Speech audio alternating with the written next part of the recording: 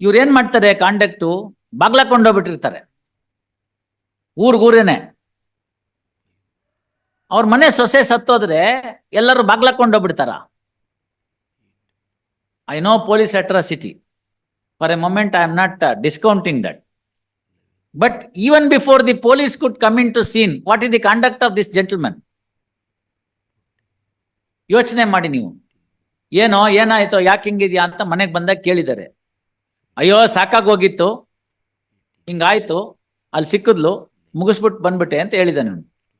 ಇವರು ಚೆನ್ನಾಗಿ ಮಂಗಳಾರತಿ ಮಾಡಿದ್ದಾರೆ. ಇಂಥ ಹಲ್ಕ ಕೆಲಸ ಮಾಡಿದ್ದೆ, ನಾಳೆ ನಾವು ಪೊಲೀಸ್ಗೆ ಹೋದ್ರೆ ನಮ್ಗತಿ ಏನು ಅಂತ. ಅವನು ಅವಾಗ ನಾಟಕ, ವಿಷ ಕುಡಿತೀನಿ ನಾನು ಅಂತ. ಹಂಗೆ ನಿಜವಾಗ್ಲೂ ಪೂರ್ತಿ ವಿಷ ಕುಡ್ದಿದ್ರು ಹೋಗ್ಬಿಡೋನು. ಸಿ, ಎಮೋಷನ್ಸ್ ಬಂದ್ಬಿಡುತ್ತೆ, ನಾನು ಇಲ್ಲ ಅಂತ ಹೇಳಲ್ಲ. ರಿಮೋರ್ಸ್ ಇರ್ಬೋದು. ನೆನ್ನೆ ದಿವಸ ನೋಡಿ ಒಂದು ರಿಪೋರ್ಟ್ ಇದೆ. Some officer, IPS officer, his wife is admitted to some ICU and best treatment. Doctor ಬಂದು ಐ ಆಮ್ ಸಾರಿ ಅಂತ ಹೇಳ್ತಾರೆ. So much of emotions pool in. He opens his revolver and then commit suicide. ಇದಕ್ಕೆ ನಾವೇನು ಹೇಳ್ತೀವಿ ಅಂತ ಹೇಳಿದ್ರೆ, spur of the moment. ಗೊತ್ತಾಯ್ತಲ್ಲ, ಆ ಯಾರು ಕೃತ್ಯ ಮಾಡಿಬಿಡ್ತಾನೆ ಅವನು ಮಾಡುವಾಗ ಅವನಿಗೊಂದು ಉದ್ರೇಕ ಇರುತ್ತೆ. ಇಲ್ಲ, ಇದಕ್ಕೊಂದು ಅಂತ್ಯ ಕಾಣಿಸ್ಬಿಡ್ಬೇಕು, ದಿನಾಗಿನ ಗೋಳಾಗಿದೆ, ಇವತ್ತು ಆ ಕಡೆ ಈ ಕಡೆಗೋ ಆಗ್ಬಿಡ್ಬೇಕು, ಆಗೋಯ್ತು. ವೆರಿ ನೆಕ್ಸ್ಟ್ ಮೊಮೆಂಟು ಹೆಣ ಕಣ್ಮುಂದೆ ಕಾಣುತ್ತೆ. ಅಯ್ಯೋ ಇದೆಂತ ಕೆಲಸ ಮಾಡಿಬಿಟ್ಟೆ ಅಂತ ತಲೆ ಮೇಲೆ ಕೈ ಹೊತ್ಕೊಂಡು ಕೂತ್ಕೋತಾನೆ. ರಿಪೀಟೆಡ್ಲಿ ಅವನ ತಲೆನಲ್ಲಿ ಐಡಿಯಾ ಬರುತ್ತೆ, ಇಂಥ ಕೆಲಸ ಮಾಡಿಬಿಟ್ನಲ್ಲ ನಾನು, ಅಯ್ಯೋ ಅಯ್ಯೋ ಅಯ್ಯೋ ಅಂತ. ನನ್ನಂತವ್ನು ಇರಬಾರ್ದು ಅಂತೇಳಿ he takes a decision to end his life. Well, agreeable.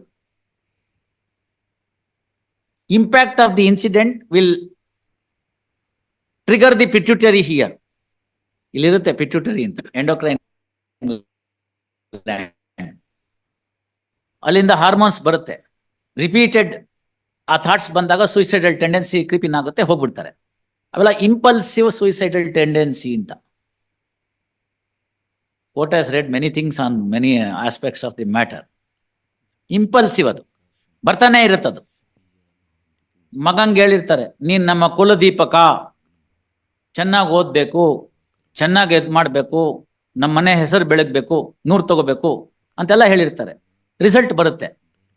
ಹುಡುಗ ಪಾಪ ಚೆನ್ನಾಗೇ ಮಾಡಿದ್ದೀನಿ ಅಂತ ಹೇಳಿರ್ತಾನೆ, ಯಾವುದೋ 1-2 ಸಬ್ಜೆಕ್ಟಲ್ಲಿ ಫೇಲ್ ಆಗಿಬಿಟ್ಟಿರ್ತಾನೆ. ಮಾರ್ಕ್ಸ್ ಕಾರ್ಡ್ ನೋಡ್ತಾನೆ, ಮನೆಗೆ ಬರ್ತಾನೆ, ಅದೆಲ್ಲ ನೆನೆಸ್ಕೋತಾನೆ, ಕುಲದೀಪಕ ಅದು ಇದು ಅಂತೆಲ್ಲ. ರೂಮ್ಗೆ ಹೋಗ್ತಾನೆ, ತಕ್ಷಣ ಒಂದು ನೇಣು ಹಾಕೊಂಡು ಸತ್ತೋಗ್ತಾನೆ. ಇಂಪಲ್ಸಿವ್.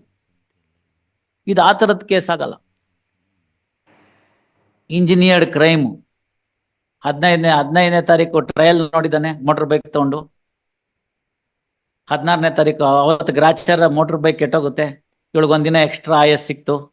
16ನೇ ತಾರೀಕು ಬರ್ತಾನೆ, ಚಿನ್ನಾರನ್ನ ಅಂತ ಮಾತಾಡಿಸ್ತಾನೆ, ಸ್ಕೂಟಿ ತರ್ತಾನೆ, ಇನ್ನೊಬ್ರದ್ದು ಯಾರ್ದೋ ಹೊಂಡಾ ಆಕ್ಟಿವಾ ತರ್ತಾನೆ, ಅದ್ರಲ್ಲಿ ಕರ್ಕೊಂಡು ಹೋಗ್ತಾನೆ, ನಿರ್ಜನ ಪ್ರದೇಶ ಕರ್ಕೊಂಡು ಹೋಗ್ತಾನೆ, ಬೆಟ್ಟಕ್ಕೆ ಹೋಗೋಣ ಅಂತ ಹೇಳ್ತಾನೆ. ಅವಳನ್ನ ಕಾಲುವೆ ಹತ್ರ ಬಂದರೆ ಕಷ್ಟ ಆಗುತ್ತೆ, ಉಪಾಯ ಮಾಡ್ತಾನೆ, ಕೈಕಾಲು ತೊಳ್ಕೊಂಡು ಹೋಗೋಣ ಅಂತ. ಆಸೆ ಹೆಣ್ಮಕ್ಳಿಗೆ, ಇವತ್ತು ಸರಿ ಹೋಗ್ಬೋದು ನನ್ನ ಗಂಡ, ನಾಳೆ ಸರಿ ಹೋಗ್ಬೋದು, ಬೆಟ್ಟಕ್ಕೆ ಹೋಗೋಣ, ದೇವ್ರು ನೋಡೋಣ, ಕೇಳ್ಕೊಳ್ಳೋಣ, ಒಳ್ಳೆ ಬುದ್ಧಿ ಬಂತೋ ಏನೋ, ಆಸೆ ಪಾಪ ಹೋಗುತ್ತೆ. ಅಲ್ಲಿ ಕೂತ್ಕೊಂಡು ಕಾಲು ತೊಳ್ಕೊಳ್ವಾಗ ದಬ್ಬಿಡ್ತಾನಲ್ಲ, ಡರ್ಟಿ ಮೈಂಡ್ ಅಲ್ವಾ? ಅಲ್ಲ, ಯೋಚನೆ ಮಾಡಿ ನೀವು, ನಮ್ಗೆ ಗೊತ್ತಿಲ್ಲ. Court is at this time is required to reconstruct the crime scene and step into the shoes and then see the circumstantial evidence. Recovery of a dead body at the instance of the accused. ಆಯ್ತಲ್ಲ, ಅದು ಸಿಗ್ದಲ್ನೇ ಇತ್ತು ಅಂತ ಇಟ್ಕೊಳ್ಳಿ, ಅರಿಯೋ ನೀರಲ್ಲಿ ಹೋಗ್ಬಿಡ್ತಿತ್ತು ಅಂತ ಇಟ್ಕೊಳ್ಳಿ. It was a case of corpus delicti ಅಂತ, ಇನ್ಕಂಪ್ಲೀಟ್ ಕ್ರೈಮ್ ಅಂತ. ತುಂಬಾ ಜನ ಹೇಳ್ತಾರೆ non tracing of the dead body is the corpus delicti ಅಂತ. ನೋ, ದಟ್ ಈಸ್ ಪಾರ್ಟ್ ಅಷ್ಟೇನೆ. Corpus delicti actually means an incomplete crime ಅಂತ. ಅವರು ಬದುಕಿದಾರೋ ಸತ್ತಿದಾರೋ ಏನ್ guarantee? Had a occasion to deal with that one such case. Charge was that ಯಾರಿಗೋ ಒಬ್ಬ ಡಾಕ್ಟರ್ಗೆ ಮದುವೆ ಮಾಡಿಕೊಟ್ಟಿರ್ತಾರೆ ತಂಗಿನ, ಅಕ್ಯೂಸ್ಟ್ ತಂಗಿನ. ಅವನು ಇದೇ ಥರದ ಬ್ರೈಡ್ ಬರ್ನಿಂಗು 304B ಆಗುತ್ತೆ, ಕೇಸ್ ಅಕ್ವಿಟ್ ಆಗಿಬಿಡುತ್ತೆ. So this boy brother wanted to take revenge. ಅವನು ಎಲ್ಲೋ ಕ್ಲಿನಿಕಲ್ಲಿ ಇರ್ತಾನೆ, ಯಾರಿಗೋ ಹುಷಾರಿಲ್ಲ ಅಂತ ಬೇರೆ ಯಾರನ್ನ ಕರೆಸ್ಬಿಟ್ಟು ಒಂದು ಮೋಟರ್ ಬೈಕ್ ಮೇಲೆ ಬನ್ನಿ ಡಾಕ್ಟ್ರೆ ಅಂತ ಕರ್ಕೊಂಡು ಹೋಗ್ತಾರೆ. ಅವನು ಪಾಪ ಕ್ಲಿನಿಕ್ ಬಿಟ್ಬಿಟ್ಟು ಪಕ್ಕದಲ್ಲಿರೋ ಮೆಡಿಕಲ್ ಸ್ಟೋರ್ಗೆ ಹೇಳ್ಬಿಟ್ಟು ನೋಡ್ಕೊತಾ ಇರು, ಬರ್ತೀನಿ, ಯಾರೋ ಪೇಷಂಟ್ ಇದೆ ಅಂತ ಕಿಟ್ ತೊಗೊಂಡು ಹೋಗ್ತಾನೆ. ಈ ಹುಡುಗ ಯಾರು ಇವನ್ ಫ್ರೆಂಡು ಇರ್ತಾನೆ, ಅಕ್ಯೂಸ್ಡ್ ಫ್ರೆಂಡು, ಅವ್ನು ಕರ್ಕೊಂಬರೋದಷ್ಟೇ ಅವ್ನ ಕೆಲಸ. ಕರ್ಕೊಂಬಂದ್ರೆ ಅವನೊಂದು ಕಾರ್ ಹತ್ರ ಕರ್ಕೊಂಬರ್ತಾನೆ, ಅಲ್ಲಿ ಇವನು ಇರ್ತಾನೆ. ಅವನಲ್ಲಿ ಕೂಡಿಸ್ತಾರೆ, ಕೂಡಿಸಿದ ತಕ್ಷಣ ಬಿಗಿದು ಬಿಡ್ತಾರೆ, ಸ್ಟ್ರಾಂಗ್ಯುಲೇಟ್ ಮಾಡ್ಬಿಟ್ಟು ಅವ್ನು ಸಾಯಿಸ್ಬಿಟ್ಟು ತೊಗೊಂಡೋಗಿ ಫ್ಲೋಯಿಂಗ್ ವಾಟರ್ನಲ್ಲಿ ಯಾವುದೋ ಡ್ಯಾಮಲ್ಲಿ ಬಿಸಾಕ್ಬಿಡ್ತಾರೆ, ಯಾದಗಿರಿನಲ್ಲಿ. ಇದಕ್ಕೆಲ್ಲ ಪಾಲ್ಗೊಂಡಿದ್ದಂಥ ಒಬ್ಬ ಹುಡುಗ ನಾಳೆ ನನ್ನ ತಲೆ ಮೇಲೆ ಬರಬಾರ್ದು ಅಂತ ಇದೆಲ್ಲ ಮೊಬೈಲಲ್ಲಿ ರೆಕಾರ್ಡ್ ಮಾಡ್ಕೊಂಡಿರ್ತಾನೆ. ಇನ್ನು ಕೀಪ್ಯಾಡ್ ಮೊಬೈಲ್ ಇದ್ದಿದ್ದ ಕಾಲದಲ್ಲಿ. ಟ್ರಯಲ್ ನನ್ನ ಮುಂದೆ ನಡೀಲಿಲ್ಲ, ಬೇರೆಯವ್ರ ಮುಂದೆ ನಡೆದಿತ್ತು, ಆ ಕೋರ್ಟ್ಗೆ ಹೋದೆ.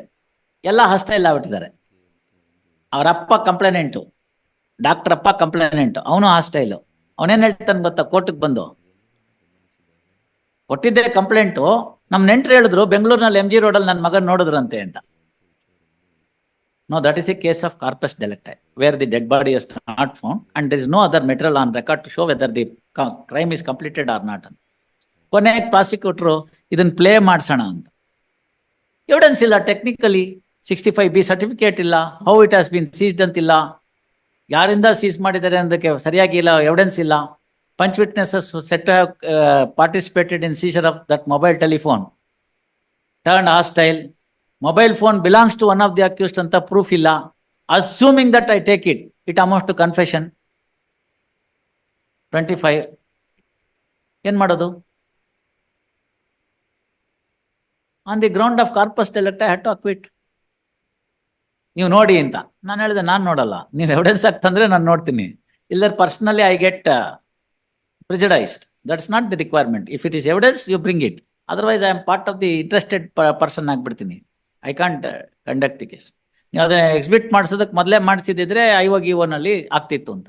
ಸಂತೋಷ್ ಅಂತ ಕಾಣುತ್ತೆ, if I am not mistaken, Santosh ಅಂತ IO ಅವಾಗ ಹೇಳಿದ್ದೆ ಏನ್ ಮಾಡಬೇಕು ಅಂತ. ಎಲ್ಲಿದಾರೋ ಏನ್ ಮಾಡಿದಾರೋ ಗೊತ್ತಿಲ್ಲ.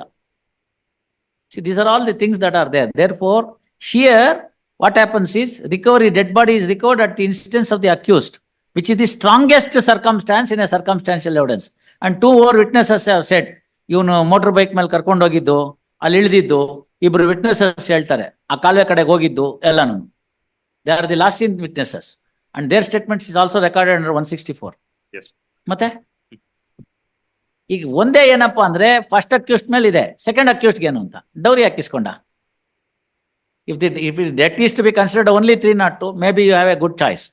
But if it is 304B, automatically you being the recipient of the dowry amount, that too in the bank account, what is your answer? ಇಲ್ಲ ನಮ್ಮ ಬೀಗ ಸಾಲ ಕೊಟ್ಟಿದ್ದ, ನಾನು ಅದನ್ನ ವಾಪಸ್ ಇಸ್ಕೊಂಡೆ ಅಂತೀರಾ? ಹೇಳ್ಬೋದು ಬೇಕಾರೆ. ತೆಂಗಿನಕಾಯಿ ದುಡ್ಡು ಮಾರಿದ್ರು, ಅದನ್ನ ಕೊಟ್ಟಿದ್ದಾರೆ ಅಂತ ಹೇಳ್ತೀರಾ? ಮಂಡ್ಯ ಕಡೆ ತಾನೆ, ಏನ್ ಬೇಕಾದ್ರೆ ಇರ್ಬೋದು. See, that's why at this stage, it is dangerous to jump into any conclusion. Courts have cautioned. Honorable Supreme Court has cautioned many times. Don't venture mini trial in a matter of this nature. Don't venture mini trial. Look at the material. Fine. If he is required to face the trial, ಹೋಗ್ಲಿ bale ಮೇಲೆ ಇಲ್ವಾ, ಏನೋ ಒದ್ದಾಡೋಣ, bale ಮೇಲೆ ಇದ್ದಾನೆ, ಹೋಗ್ತಾನೆ, trial ಮಾಡ್ತಾನೆ, ಎಕ್ಸ್ಪಿಡೇಟ್ ಮಾಡಿಸ್ಕೊಳ್ಳಿ, trial ಎಕ್ಸ್ಪಿಡೇಟ್ ಮಾಡಿಸ್ಕೊಳ್ಳಿ, show your innocence, come out. That's it.